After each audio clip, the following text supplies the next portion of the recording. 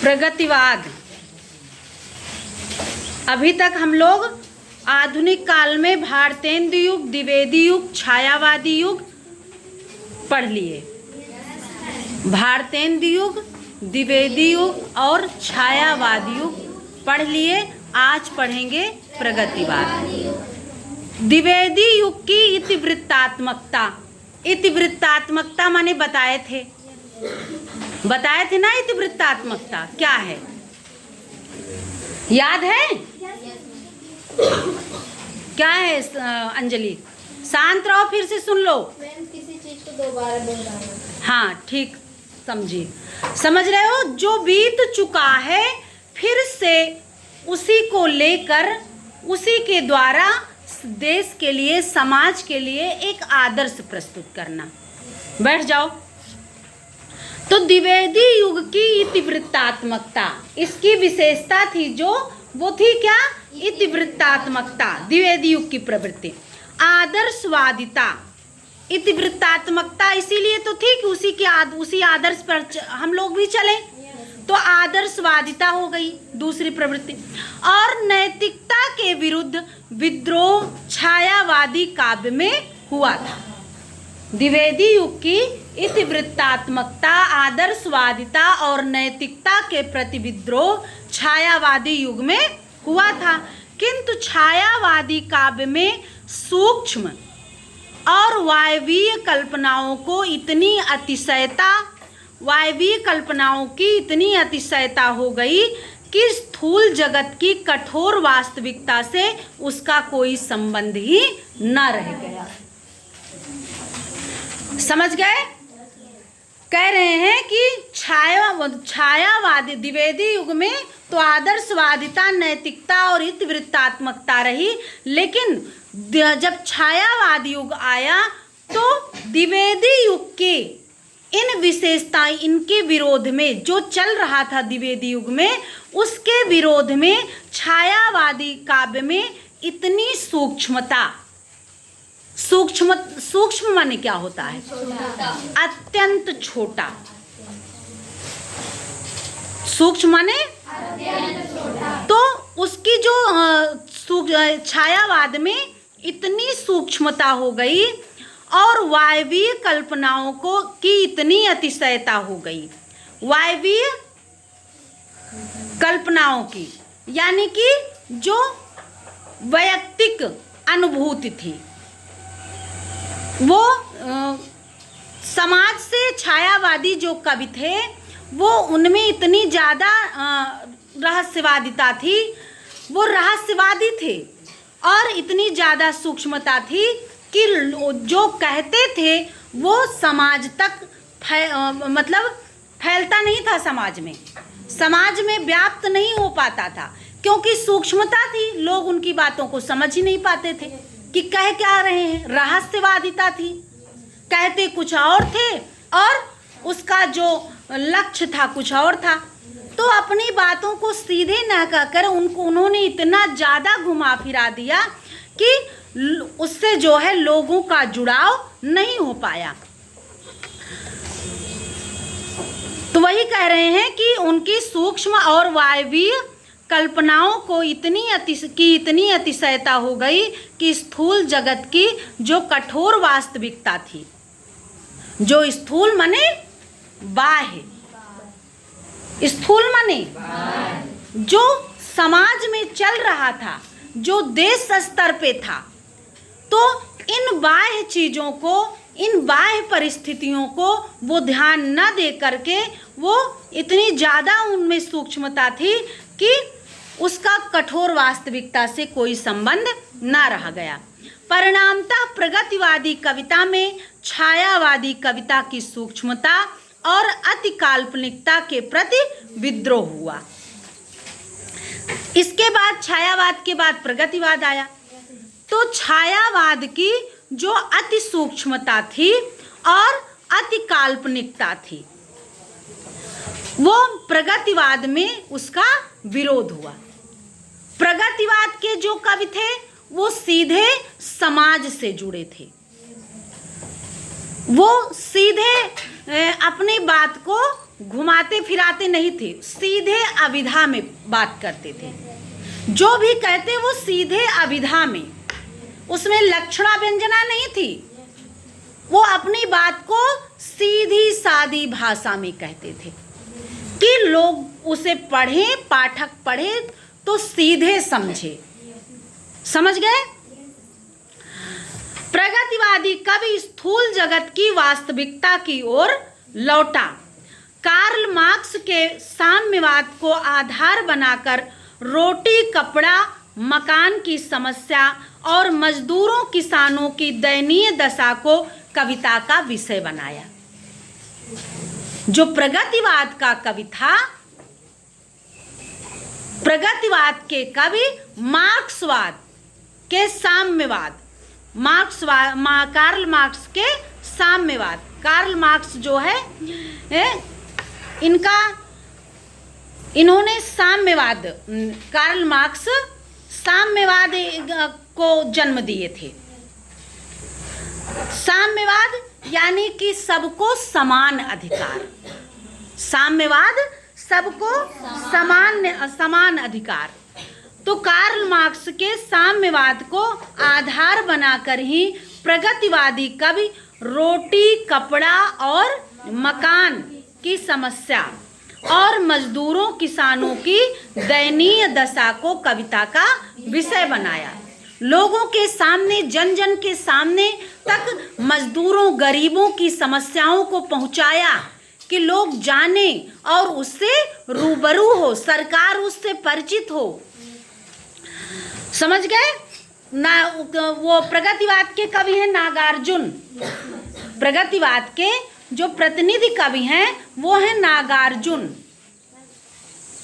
और अन्य कवि जो मुख्य कवि हैं वो त्रिलोचन, नागार्जुन, शमशेर बहादुर सिंह, केदारनाथ अग्रवाल, ये सब जो है प्रगतिवाद के कवि हैं। त्रिलोचन प्रगतिवाद के कवि हैं। हमारी जब पहली ज्वाइनिंग हुई थी, पहले वहाँ से, जहाँ से हम ट्रांसफ़र करके आए करा के, तो वहीं से जो है वहाँ पे उसका नाम था त्रिलोचन शास्त्री इंटर कॉलेज। यही प्रगतिवादी कवि त्रिलोचन के घर का ही वो विद्यालय है। उन्हीं के नाम पर उनके घर वाले उस विद्यालय को चला रहे हैं, त्रिलोचन शास्त्री इंटर कॉलेज। सुल्तानपुर जिला लगता है, कादीपुर तहसील है, और गांव है कटघरा चिराना पट्टी। समझ गए? यही तुम पढ़ोगे उनके जीवन परिचय में, वहीं पे पहली ज्वाइनिंग थी। तो त्रिलोचन और केदारनाथ अग्रवाल, नागार्जुन प्रगतिवाद के ये सब प्रमुख कवि रहे हैं। नागार्जुन जी लिखते हैं, देखो कैसे सीधी भाषा में एकदम, मतलब तुमको ना अर्थ बताना है ना कुछ, सीधे समझोगे। अविधा में बोलते हैं। क्या लिखते हैं कि हरिजन गिरिजन भूखों मरते, हरिजन गिरिजन भूखों मरते, हम डोले वन वन में। नागार्जुन इंदिरा गांधी के लिए लिखते हैं। उस समय इंदिरा गांधी का शासन था, इंदिरा गांधी प्रधानमंत्री थी। तो हरिजन गिरिजन भूखों मरते, हम डोले वन वन में, और कह रहे हैं तुम रेशम की साड़ी पहने। इंदिरा गांधी के लिए कह रहे हैं कि तुम रेशम की साड़ी पहने उड़ती फिरो गगन में। कह रहे हैं यहाँ लोग, गरीब तबके के जो लोग हैं, समाज को नहीं देख रही हो, समाज को लेकर नहीं चल रही हो, समाज के जो है गरीबों के पास नहीं जाती हो, उनका जायजा नहीं ले रही हो। यहाँ हरिजन गिरिजन भूखों मरते, सब भूखों मर रहे हैं, लोग जगह जगह दर दर भटक रहे हैं, हम डोले वन वन में। कह रहे हैं और लोग दर दर भटक रहे हैं, पेट के जो है पेट के कारण वो भूखों मर रहे हैं। और कह रहे हैं कि तुम रेशम की साड़ी पहने और तुम बढ़िया बन ठन के हेलीकॉप्टर से देश विदेश की यात्रा कर रही हो। वही कह रहे हैं हरिजन गिरिजन भूखों मरते, हम डोले वन वन में, तुम रेशम की साड़ी पहने उड़ती फिरो गगन में। इस तरह की पंक्तियां प्रगतिवाद में लिखी गई। छायावाद की पंक्तियां जाने थे? कि वो जो है प्रकृति का मानवीकरण, रहस्यवादिता, समझ गए, वैयक्तिकता, कि वो अपने लिए, छायावाद के जो कवि थे उन्होंने अपने लिए जिया, अपने लिए कविताएं लिखी, समाज को भूल चुके थे। लेकिन जो प्रगतिवाद के कवि थे वो गरीब तबकों को उठाकर ही अपने कविता का विषय बनाया। इसीलिए उन्होंने लिखा कि हरिजन गिरिजन भूखों मरते, हम डोले बन बन में, तुम रेशम की साड़ी पहने उड़ती फिरो गगन में। कह रहे हैं कि इन कवियों ने पूंजीवाद के विरुद्ध आवाज उठाई, जो पूंजीपति थे उनके विरुद्ध आवाज उठाई। गरीब जो शोषित वर्ग थे, गरीब लोग थे, किसान मजदूर थे, उनका प्रगतिवादी कवियों ने साथ दिया, और जो पूंजीपति थे, जो गरीबों का शोषण करते थे, उनके विरुद्ध आवाज उठाई, यानी उनके विरोध में अपने कविता के माध्यम से सामने आए, खड़े हुए। समझ गए? सीधी सादी अनलंकृत भाषा में। अभी तक कैसी भाषा थी? अलंकृत भाषा थी। अब भाषा कैसी आ गई प्रगतिवाद में? अनलंकृत भाषा आ गई। कह रहे सीधी सादी, सीधे अविधा में बोलना, सीधी सादी अनलंकृत भाषा में अपनी बात कह देना, जिसे कहेंगे ठेठ में सपाट बयानी, सीधे सपाट बोलना, कोई तोड़ मरोड़ नहीं, किसी का डर नहीं। समझ गए? इनकी विशेषता है। नागार्जुन सोचो उस समय कितना उनके अंदर सामर्थ्य था कि जो है इस तरह से वो बोल लिए कि सीधे आरोप जो है इंदिरा गांधी पर। और उनको कहते हैं, क्या कहते हैं इंदिरा गांधी को? इंदु जी क्या हुआ आपको? इंदु जी उन्हीं को कहते हैं, इंदिरा गांधी को। इंदु जी क्या हुआ आपको? सत्ता की मस्ती में भूल गई बाप को। इंदु जी क्या हुआ आपको? सत्ता की मस्ती में भूल गई बाप को। बेटे को तार दिया, बोर दिया बाप को, क्या हुआ आपको? क्या हुआ आपको?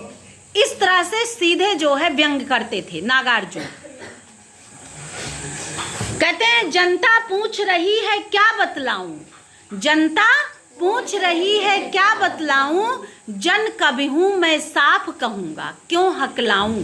करें तोड़ मरोड़ क्यों करूं, हम तो जनता के कवि हैं, तो क्यों हकलाऊं। ऐसी कोई बात ऐसे हम घुमा फिरा कर क्यों कहें। हम लोगों के लिए, जनता के लिए, गरीब के लिए, मजदूर के लिए, किसान के लिए लिख रहे हैं। समझ गए?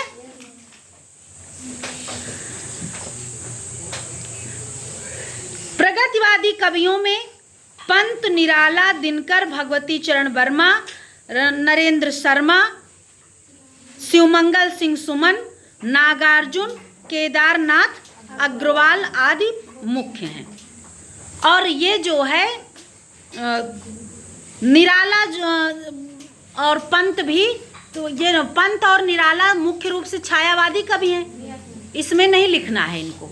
लेकिन जब प्रगतिवाद चला तो अचानक से तो ये बाहर नहीं चले गए।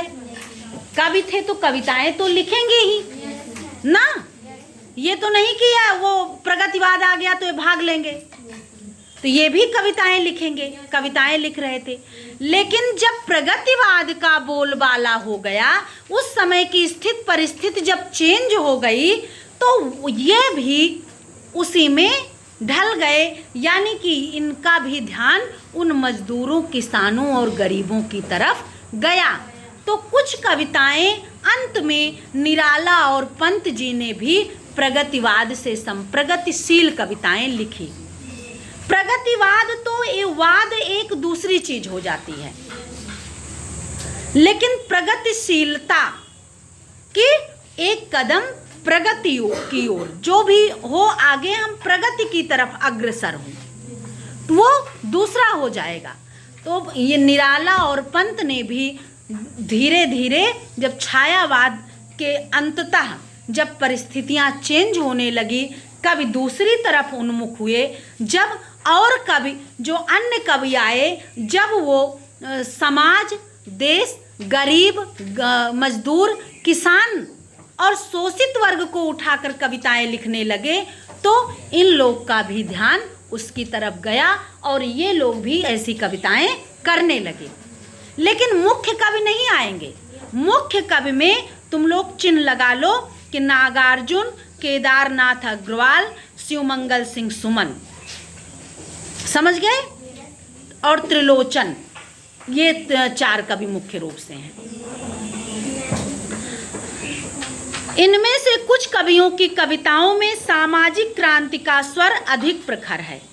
प्रगतिवादी कवियों के छंद के बंधन की अनिवार्यता को नहीं माना। प्रगतिवादी कवियों ने छंद के बंधन की अनिवार्यता को नहीं माना कि छंद, अलंकार, व्यंजना, लक्षणा, व्यंजना, इन्होंने किसी चीज को महत्व नहीं दिया। यानी कि काव्य सौंदर्य को इन्होंने अपने कविता में जगह ना के बराबर दी। काव्य सौंदर्य को जगह इन्होंने ना के बराबर दी। इन्होंने गरीब मजदूर को कविता का विषय बनाया।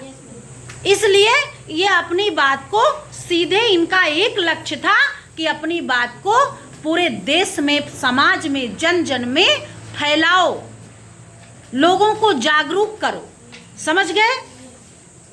अब ये आ गया प्रमुख कवि प्रगतिवाद के और उनकी रचनाएं। ये मतलब ये सबके हैं, 2-2 कवि दिए हैं। भारतेंदु युग, द्विवेदी युग, मुख्य 2-2 कवि दिए हैं। जैसे भारतेंदु युग के प्रमुख कवि कौन है?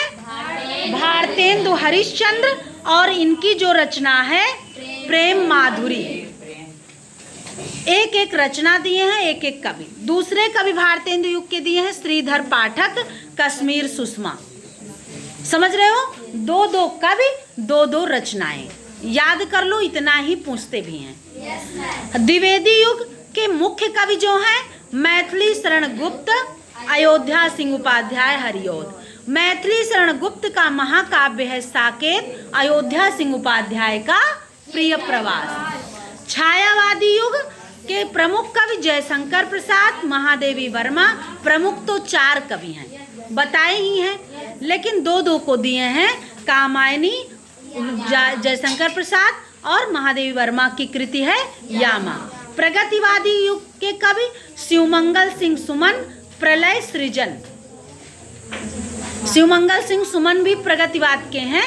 तो शिवमंगल सिंह सुमन की का काव्य संग्रह है प्रलय सृजन। हाँ, क्या है? और एक रामधारी सिंह दिनकर को भी दे रहे हैं प्रगतिवाद में, ये लेकिन राष्ट्रवादी कवि हैं रामधारी सिंह दिनकर। समझ गए? तो इनका जो है उर्वशी। रामधारी सिंह दिनकर की रचना है उर्वशी। प्रयोगवादी कवि अज्ञेय, आंगन के पार द्वार, और नागार्जुन को लाके प्रयोगवाद में रख दिए हैं। नागार्जुन मुख्य रूप से प्रगतिवाद के कवि हैं। समझ गए? तो ये लिख रहे हैं, इनकी रचना प्यासी पथराई आंखें।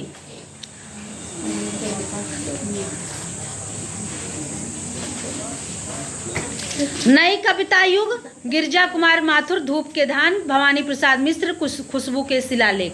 प्राचीन, ये अब आ गया उसकी प्रवृत्ति प्रगतिवाद की। प्राचीन रूढ़ियों और मान्यताओं का विरोध। प्रगतिवाद की प्रवृत्ति क्या है? विशेषता। समझाए तो समझ नहीं, मतलब कि समझे ना, उससे ही तो ये निकल के आ रहा है कि प्राचीन रूढ़ियों और मान्यताओं का विरोध। जो पहले के कवि अलंकार, छंद, इसको महत्व देते थे, जो लक्षणा और व्यंजना में लिखते थे, जो इतिवृत्तात्मकता और आदर्शवादिता को महत्व दिए, इन्होंने सबको नकार दिया और उसका विरोध करके, यानी प्राचीन रूढ़ियों का, जो प्राचीन रूढ़ियाँ चली आ रही थी उन और उसके जो मान्यता है उनका विरोध किया। तो प्राचीन रूढ़ियों और मान्यताओं का विरोध। मानवतावादी प्रवृत्ति, यानी कि इनकी जो विशेषता थी वो मानवतावादी थी। मनुष्य ही इनके काव्य का मुख्य विषय था। मानव ही कैसे हमारे समाज में, हमारे देश में मानवता व्याप्त होगी, तो वही इनके काव्य का मुख्य विषय था। शोषक वर्ग के प्रति घृणा, यानी कि जो पूंजीपति थे, जो शोषक वर्ग थे, जो गरीबों का शोषण करते थे, उनके प्रति इनकी क्या हुई, काव्य में दिखी, इनकी घृणा दिखी।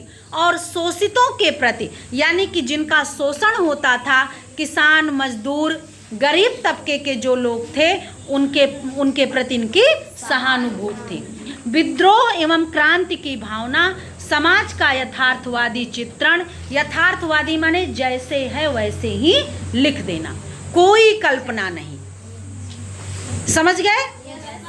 सपाट बयानी, नारी के प्रति परिवर्तित दृष्टिकोण आदि इस प्रगतिवादी कविता की प्रमुख प्रवृत्तियां हैं, समझ गए।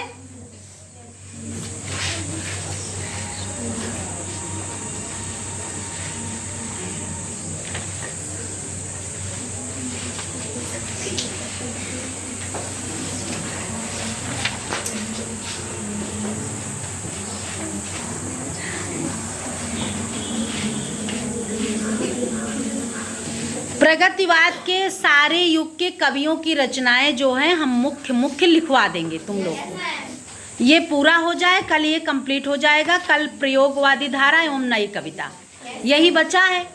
तो इसके बाद आधुनिक काल के समस्त जो भी धाराएं, जो भी युग आया, उसके सबके कवि और मुख्य कवि और उनकी रचनाओं के नाम नोट करा देंगे, समझ गए।